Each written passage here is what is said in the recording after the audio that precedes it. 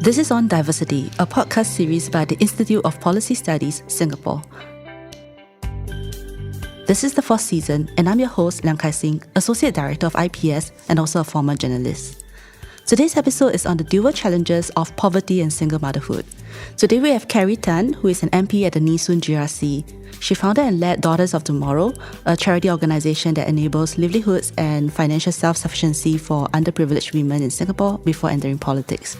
We also have Elizabeth Quek, who is a program manager at unwed, who work on the Support, Housing and Enable project, which is a research-based service that provides stable and decent housing and transformational support program for low-income families headed by single mothers. Welcome to the podcast today. Hello. Hi. I just wanted to start off because in Singapore, it's a city-state known for its affluence. The silent struggle of single mothers facing poverty often goes unnoticed. I was doing research for this podcast. I found out that for single unwed mothers, the median monthly income for those below 35 years old is only $700 in 2020. So I would like to ask, how and why are single mothers linked to poverty in Singapore?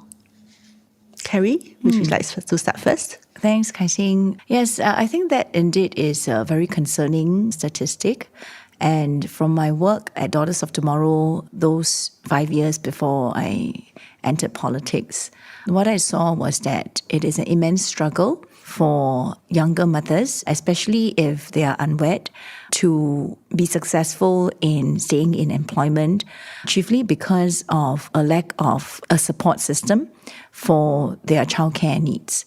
And you can imagine that if you're in a situation of being unwed, there is a wider sense of social stigma as well as personal struggles with perceived stigma, as well as the very practical realities of having to manage your time. And having young children is a very immense area of work to rear them, to bring them up, to take care of their well-being is actually in itself a 24/7 job. It's really not surprising that they have immense difficulties staying employed. And what Daughters of Tomorrow has been doing this past years has been to raise more awareness about these challenges and to create an ecosystem of support while working with other stakeholders in the sector to better cater to support these mothers to get back into work. But it's a pretty tough and challenging area of work that really needs many hands together. It's like a whole village to support an unwed mother and her children. So Elizabeth, in your work at unwed, what do you find out then? I would say that there are two obstacles that they face. One would be everyday life. Everyday life is really tough. And the other part is for divorced moms, managing the divorce transition is really challenging. So as Carrie shared, with the caregiver responsibilities and together with lower education, they would have limited career progression. And a lot of times they would have challenges in planning for the future because they are very time poor, right? So in terms of investing for themselves, and every time a crisis hits, it's very crippling for them. It's really hard for them to save, to work on themselves. They're also experiencing disenfranchised grief that they're dealing with, and they would not have any time to do social networking or training like the rest of us. From what we know is that with lesser resources for their kids, inadequate parenting, sometimes the kids would also have mental health issues and behavior issues. And this would, in fact, impact on the parents' employment because they will have to spend a lot of energy trying to repair some of these impacts of the stresses that the single moms face. The next part will be about managing divorce transitions. It's so challenging once a woman start to plan for separation and start the divorce process in terms of sometimes they may have not worked prior to the divorce. So they will have to look for employment, they look for housing, at the same time managing the court proceedings. And some of them would be homeless after selling their matrimonial flat. So this is really challenging for them. They have to suddenly go and look for work. I would say that would contribute to the low income that they experience. So a lot of the women that we work with in our shelter, they experience violence. So a lot of them finding shelter is really challenging. And the sudden job search is such a shock to them. They need to find new childcare. They may have to have long travel from the shelter or their new place to the schools. Open market rental is so expensive, right? And many people are not willing to rent to families. So the risk of homelessness is really high for these women.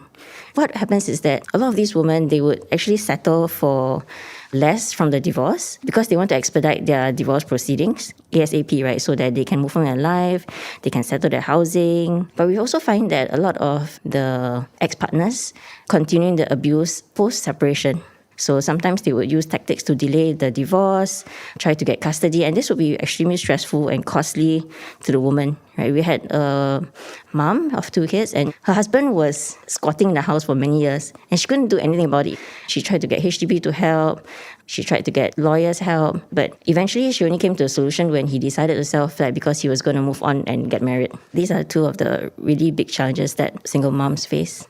Okay. So Liz, you mentioned single divorce mothers and parents. I just wanted to check what are the unique obstacles that they face versus single mothers who were never married before. Do the problems they face, are they quite different? What kind of similarities do they face also? Maybe the differences first. The difference is quite stark. So for unmarried moms, they wouldn't have baby bonus, they wouldn't have parenthood tax rebates, they have lower grants. However, their cases are usually more straightforward because they don't have interpersonal issues with the ex. So we had actually 4 unmarried moms at our shelters, and 2 actually, after lots of counselling, after they made sure that their partner was committed, that they married on their own terms. So they weren't forced to get married just for housing purposes, right? They were able to marry on their own terms, and that's really important. For divorced moms, they face a lot of challenges, right? Because they need to wait until the interim judgment of divorce when the custody is somewhat settled. And then the ex-partners can be very non-compliant. Just now I shared about the tactics to delay court proceedings. All they want to do is expedite everything and move on because they're homeless or they're stuck, right? What about Carrie, in your work with Daughters of Tomorrow and also during your work as an MP, what are the differences between these 2 groups of single moms? Several years ago, there were some of these discrepancies in government schemes and policies that do not explicitly cater similar kinds of support to unwed mothers, but that has changed in recent years, which I'm quite happy to see in Parliament. I believe that in the last couple of years or so, there has been some changes to the baby bonus scheme where children of unwed parents can also be eligible for the child development account benefits.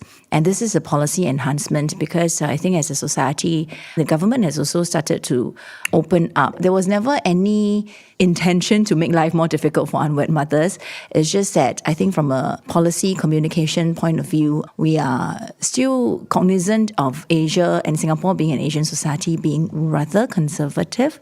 So for quite a long time, there was some hesitance to have policy initiatives seen as potentially encouraging or not discouraging non-marriedness, right? We have made some strides in this direction where unmarried parents are also eligible for some of this government support. Liz mentioned something which was indeed a big challenge about the housing situation of unwed parents, and this is something that my parliamentary colleagues, Louis Ng, has been championing for many years, and myself also has been looking into. What is happening on the ground, though, at my weekly Meet the People sessions is that we have had cases where our residents come and they are in difficult situations.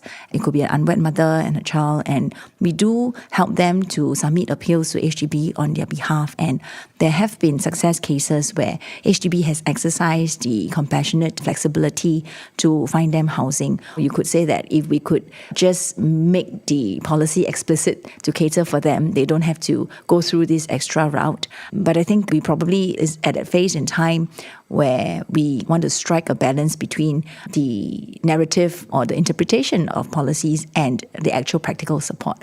Practically speaking, I do see that there are many occasions where exceptions have been made to render these families with the help that they need, although it may not be publicized widely because this is all happening in the background, and we try our best to help, and we work very closely with the family service centers, social workers and social service officers. Whether this help is timely enough is still a perennial challenge, because if mom or a woman is in a situation where she's dealing with so much, where she's working through this emotional trauma and grief pertaining to her situation and bring up kids and potentially, having to feel perhaps a lack of support even from her own family or parents, society is a lot to take, and I wish we could be faster in expediting some of these appeals. But in the grand scheme of things, there are active steps being taken to relieve some of these multiple challenges that they're facing and to be more helpful where we can. So Liz, what Carrie was saying is that for unwed parents, they will need to apply to HDB and then it will be case by case basis. In your experience, in your advocacy work, what have you experienced? What have you seen on the ground? And also, can you tell us more about the S.H.E project? How do you help all these single unwed and single divorced parents? With regards to unwed moms getting housing, actually we find that it's a lot easier because their case is a lot more straightforward. There's less history. The last few years, there has been some progress in regards to single moms getting housing. I do feel that part has improved a lot. So I think it's more of the divorced moms which have a lot of challenge in getting housing. So in S.H.E project, we did have 4 unwed moms, but most of our moms were divorced moms. They were there because not of choice. They were really there because of violence. They had to leave very abusive families, and they really wanted a conducive place to raise their children. At S.H.E, they have guaranteed stays of 2 to 3 years. So about 2 to 3 families stay in one flat at any point of time. So there's very little case management from our side. Mostly it's from family service centers, which actually work together with the families. We don't want to give them a lot of terms and conditions of staying there. We want them to feel as free as possible, have the most autonomy to exercise their own self-determination, set their own goals. So we don't really have case management, but we have quarterly meetups with our researcher. So our researcher actually helps them to reflect on some of the goals that they've set, some of the challenges they are facing, and what are some steps they would like to take for the future. It's not tied to their stay. It's generally for their own reflection and for us to capture some of their experiences for our research. So from what I understand, it was because of AWARE's 2016 report, and then there was a generous donor who reached out to AWARE and offered to help to finance the rent and utilities for 4 apartments, right? So that you can provide transitional housing for these 18 single moms. I would just like to ask, what's the rationale behind this? Like, why do you need to provide this kind of housing for them then? Maybe I can chime in here Sure. because this was one of the projects that when I was still at Daughters of Tomorrow that we were working very closely with AWARE on. And in fact, Elizabeth was at that time Daughters of Tomorrow to run this project. Okay. So I remember speaking to Corina, the ED, and cashing this project out together. It was mooted in parallel on her side because a donor showed up. And from Daughters of Tomorrow's side, the recognition that the women really needed a support system and they needed to pull together resources, and it would benefit them if there could be peers around them. Some of them could share the load of looking after each other's child when the other one is at work.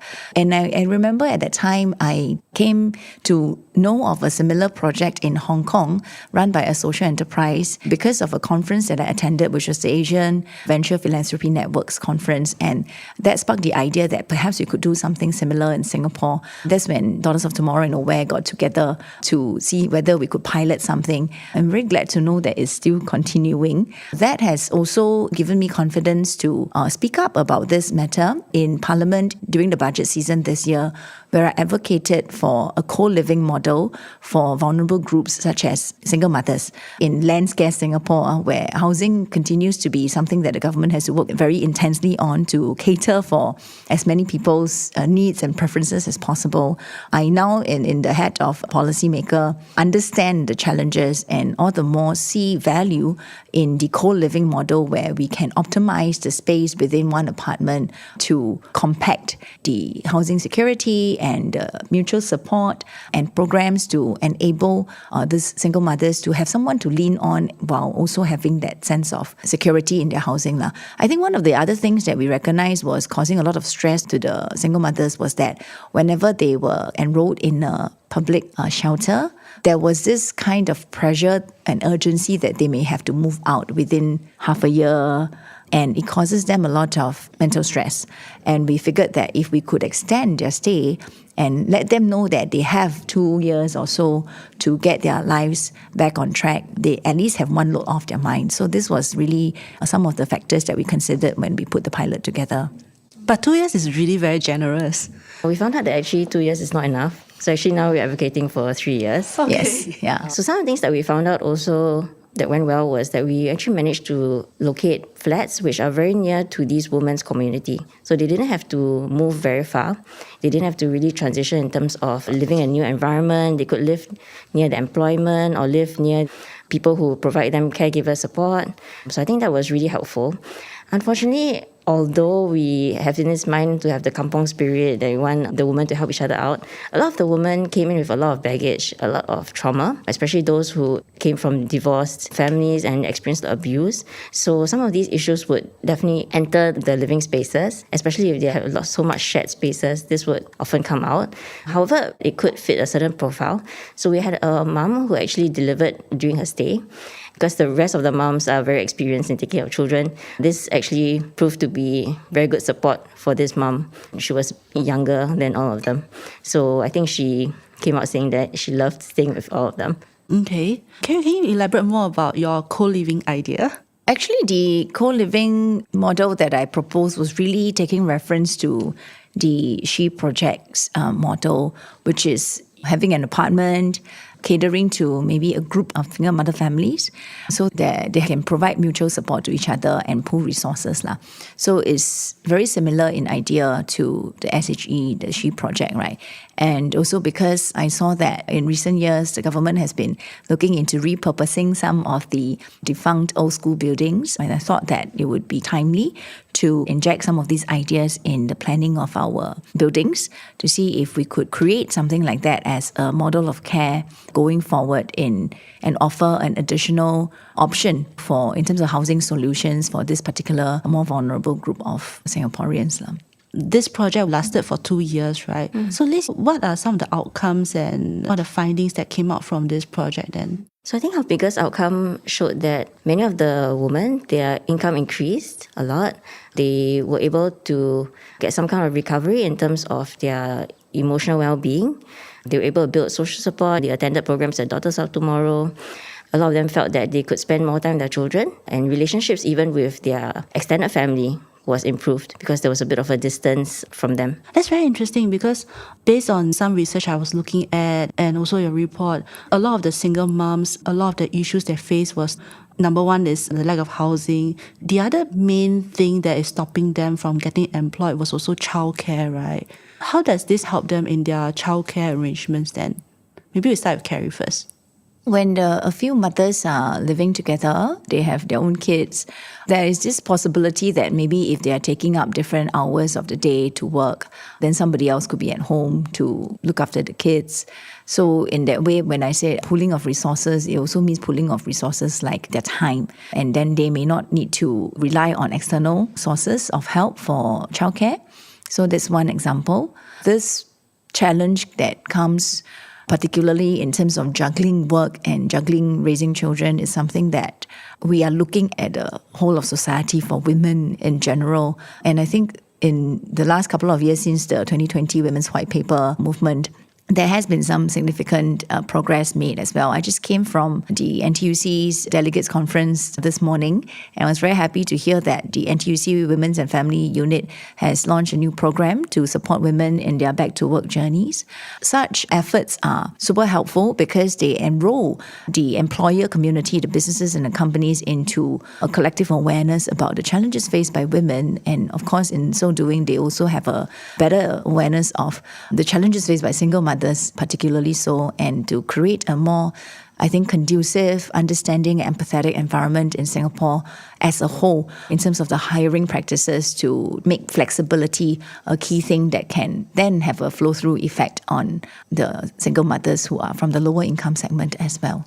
For those who are fortunate to stay in this kind of arrangement, that would be super awesome for them. But then for those who are staying in their own arrangements, their own house or temporary places, what are some policies and government initiatives that can help these single mothers then, Carrie? Recently, I'm kind of watching the implementation of ComLink, which is MSF's initiative to create a more coordinated support across multi-agency and multi-community partners to provide some extent of hand-holding for residents in rental blocks, of which a significant number are single mothers, right? I think this intensification of efforts is good to see is heartening. I suspect, though, that it may require some time for even this network to be properly capacity built and trained and experienced enough to provide the quality of support that would be really needed to help the beneficiaries or the comlink families feel understood and properly supported. So there's some runtime for this kind of initiatives now. In Nee Soon South, what we're trying to do is through house visits and through being on the ground a lot and through activating grassroots network, we are attempting to bridge community, like in locality resources where helpful neighbors can be introduced to one another to help mind a child. Or in the case of my rental blocks, I have two, of which a block is like 500 over units. We try to create a kampong of care because the local stakeholders like our RC managers, our grassroots volunteers can know some of these families very well. And we try to create these community bonding and gathering and encourage the residents to get to know their neighbors and build positive relationships so that there can be a very accessible mutual care support network within the block itself. I guess, Liz, you also have quite a lot of ask for policy changes also, right? What are some things that can be done to help these women? So I think there's a lot of inclusion in the recent Women's Development White Paper. In 2021, there was Alliance for Action to Strengthen Marriage and Family Relationships. And one of the focus areas was supporting single parents. As Carrie mentioned about the Comlink, Minister Masagos spoke about the Comlink Plus scheme, about home ownership. Let's say if the single mom is able to save 15K, that they possibly can get another top-up for 30K, and possibly in total the mom will have 45K to put towards getting their own home. I think it's a great start. By my own calculations, I was thinking that single moms really have so little disposable income. There's very little buffer. Plus, they will have less in the housing grants. So it will take a much longer time for them to get home ownership. Hopefully, they will be able to get family grants as time goes by. I also appreciate Carrie talking about NTUC. I think there needs to be some form of legislation for flexible work arrangements, that women and single mothers get to choose, if their job allows it, that they can work remotely or it can be flexible schedule so that they are able to balance their caregiving and their work at the same time. So another thing on top of my wish list is really that they can get interim and permanent housing options much earlier in the divorce proceedings, especially if they are really caring for the child. It could be helpful to decrease the age of work income supplement or allow younger people to have skills future so that they are able to have more buffer, save up enough for emergencies and for the future. So another thing that I think could be really helpful is maybe a centralized maintenance system. This is an issue with divorced moms in Singapore. A lot of times it's such a hassle to go to court to get maintenance. This could be really helpful. So for example, in Sweden, they have an enforcement authority that will try to get the maintenance.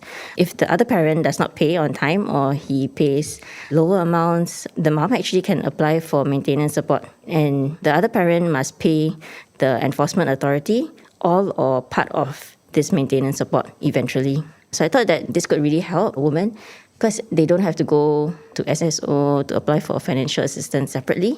This could be all in a centralized system and could reduce their cognitive tax, and they could focus on their employment and taking care of the children. In my conversation with a single mom also, she also told me that she had to go to court to apply for maintenance, and she had to go down to the court many times when her ex-husband did not pay and all that. Of course, Carrie, I would like to ask you about this also. I think this is quite a big issue for single divorced mothers, right? Yeah. Yes, indeed. In fact, I was, because I'm on the MSF GPC, so I do remember that we were being briefed by MOS Soon Xueling about some enhancements to this process, that there are some legislative changes that is being made to appoint some government representatives as the intermediary. And in fact, I put in layman's terms to help this single divorced mothers chase for maintenance. But if I don't put it so colloquially, the function of this office is really to help expedite and to make requests specifically to income information of the ex-spouse and to have stronger measures in order to compel them to pay up, I think, the maintenance. So this is something that the government is already in our radar, and already some progressive steps are taken to try and relieve this load. I think we understand that the bandwidth tax to chase for maintenance is really quite debilitating. So I was personally quite heartened to know that these steps are being taken. With regards to the earlier point that Liz was saying about enhanced housing grant, one of the things included in the Comlink Plus package is a 2-to-1 CPF contribution match. So for every $1 of voluntary contribution to the CPF, government will top up $2. I think this is in the spirit of trying to help these families shore up their financial resources much faster in order to pay for their own flat, to enable their home ownership. Now, that being said, I agree with Liz that for many of these single parent families, it's not easy to have spare cash to put into savings, especially with, I think, rising costs of living. It's something that can be quite a stretch for them. Many a times we see such families maxing out on their monthly income in terms of their expenses. So I think on a community level, we are very cognizant of this. And at my Meet the People session, for example, the PAP Foundation, Comedy Foundation, for example, we constantly bring in donations and trying to supplement some of these living expenses. In addition to the government CDC voucher, we have our own Nee Soon Cares vouchers to give to families who need them, because I think every bit helps. Every bit that we can help them to offset the expenses frees up some possibility of a little bit of margin that they can put towards savings and put towards their CPF, so that in terms of their progress for social mobility and towards home ownership, we can try to accelerate it just a little bit. So actually, there's also one point that Liz brought up, which was the flexible work arrangements. That is quite important to mothers, right? Because they don't have a spouse that can help to share their child-rearing load. The tripartite is actually making some arrangements to make sure that there's some kind of flexible work arrangements that will continue from the pandemic. I think I will go to Carrie again about this. About the tripartite framework. I can see visibly that it's getting more intense over the past few years, because I remember when I first went to Parliament, we were like, hey, should we legislate, right? And then at the time, the debate was like, oh, if you legislate it, there's a lot of legal enforcement that needs to happen and all that. And at the time, the thinking was that we should just make it a guideline and be super encouraging and try and get companies and incentivize them to follow the guidelines as much as possible. But I do believe that some work is being done to look into potentially legislating some of this. I do see that the thinking is heading that way, but what I'm also seeing is that there are greater efforts by MOM and the tripartite framework to put in anti-discriminatory guidelines and potentially legislation. I think some of these conversations that are arising due to such revisions and enhancements, the debates happening, the conversations are helping to create a greater awareness of what is not helpful to do when companies are trying to hire people, such as asking about people's marital status, especially asking women, do they have plans to have children?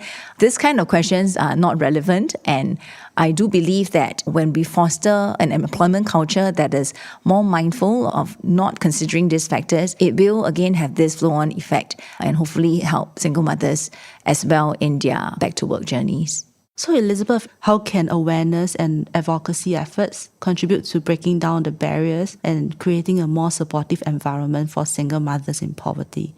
Although awareness is the first step, I think bringing it to the advocacy level is important. Just now we spoke about flexible work arrangements. We know that caregiving is such a challenge. This disrupts people's work and career progression. Really having that flexibility for women to work remotely, to have different shifts, and to have flexible hours, I think that will really help the woman to work and to progress in a career. Myself, I'm also working remotely, and that is very liberating, that I can still contribute, I can still earn an income. I don't have to choose staying at home taking care of my child or going to work. But unfortunately, not so many women have that choice at the same time to give attention to their children while having to earn a living. If you ask me about advocacy, I believe advocacy happens at many different levels. And from what I can see from my vantage point now, I don't think the government needs any convincing that we want to get women back to work. We want to get as many women back to work as possible because of the challenges with the workforce shrinking, right, because of the low TFR. From the government point of view, they are doing whatever they can to make things easier for women to get back to work, including single mothers. What needs more work on the ground is really equipping companies to do so. Any kind of individual or team or organization is often worried about change. And I think changing a company's practices and systems and processes in order to make flexibility work is a process. Companies need more help. We need more trained facilitators and HR practitioners to help guide and steer companies through these kinds of transitions in their workplace culture. The last piece of advocacy that is quite needed is actually the inner change making of the mothers themselves. I've come across in Daughters of Tomorrow is often they don't feel very empowered to speak up. Sometimes they feel very small and they may meet challenges at work and they don't feel like they are strong enough or they can voice out their concerns to their supervisors or their management. Empowering the women at the individual level is very important for them to believe that their voices count as well. If they do meet with any unfair practices, there are avenues for them to go to sound out their concerns and people who can help to voice out and represent them, such as the trade unions or even organizations like Aware or Daughters of Tomorrow, etc.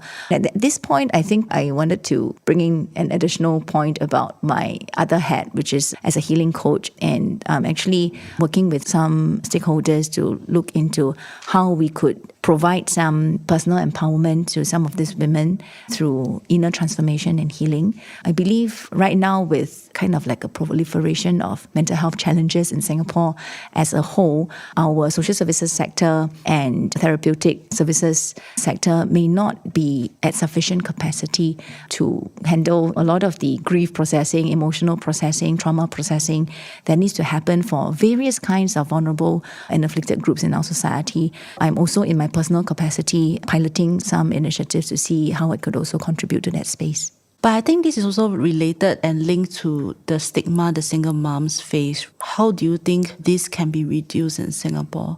I think what Carrie spoke about just now about anti-discrimination laws in the last few years, acknowledging that they have housing needs, that they should be treated equally when they come and apply for rental flats, and just widening up policies so that they are included, whether it's about the parenthood tax, reliefs. If policies include them, I think the society would come to recognize them as an equal member of society. It's just a different family composition that they have.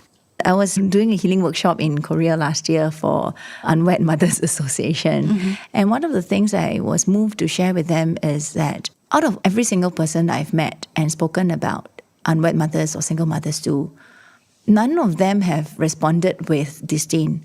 Every single person expressed their admiration for how it must be really tough for them and expressed admiration for their resilience, expressed a desire to help in some way. As a society, I believe majority of Singaporeans do not hold that much of a judgmental lens to this demography of parents anymore. I think we are sufficiently open-minded as a society to see their struggles more than the shame. But I think understanding that sense of shame or emotional trauma is something that an individual can carry with them for a long time if they don't have help processing it. It can create a lens of disempowerment. This is something that is still residual in the system that we need to help these mothers and individuals to process and to overcome. I do have a lot of faith that, at least in my own personal and professional networks, that people have nothing but the greatest desire to show support and solidarity with single mothers, but they often do not know how. So the advocacy needs to happen around equipping people and showing them actual steps that they can take that can be somehow compatible with their company practices, etc., or to enable those changes in the organizational level to be able to absorb the single mothers more effectively back into the workforce. So I think it's a continuous effort. We just have to keep chugging at it. I would say that single mothers, actually, I feel that they are very empowered. There's no choice, right? They have to go to work to earn income for their family. So they have less choice in terms of going to work as compared to perhaps other married women. They do have to have a certain level of empowerment to follow up with their divorce proceedings, which is really challenging and traumatic. Whether it's to apply for financial assistance, that's another role, another huge step that they need to take. So I would say that they are empowered. It's just that the system doesn't really have structures to support them adequately. Time and time again, they are not supported. They feel that nobody cares. They feel very isolated through the whole process. And after a while, they just stop trusting the system.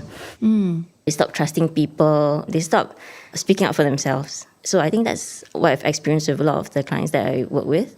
Sometimes I feel that, hey, how come you're not asking for certain things? This is your right as the customer or the client. This is your right to request for these things.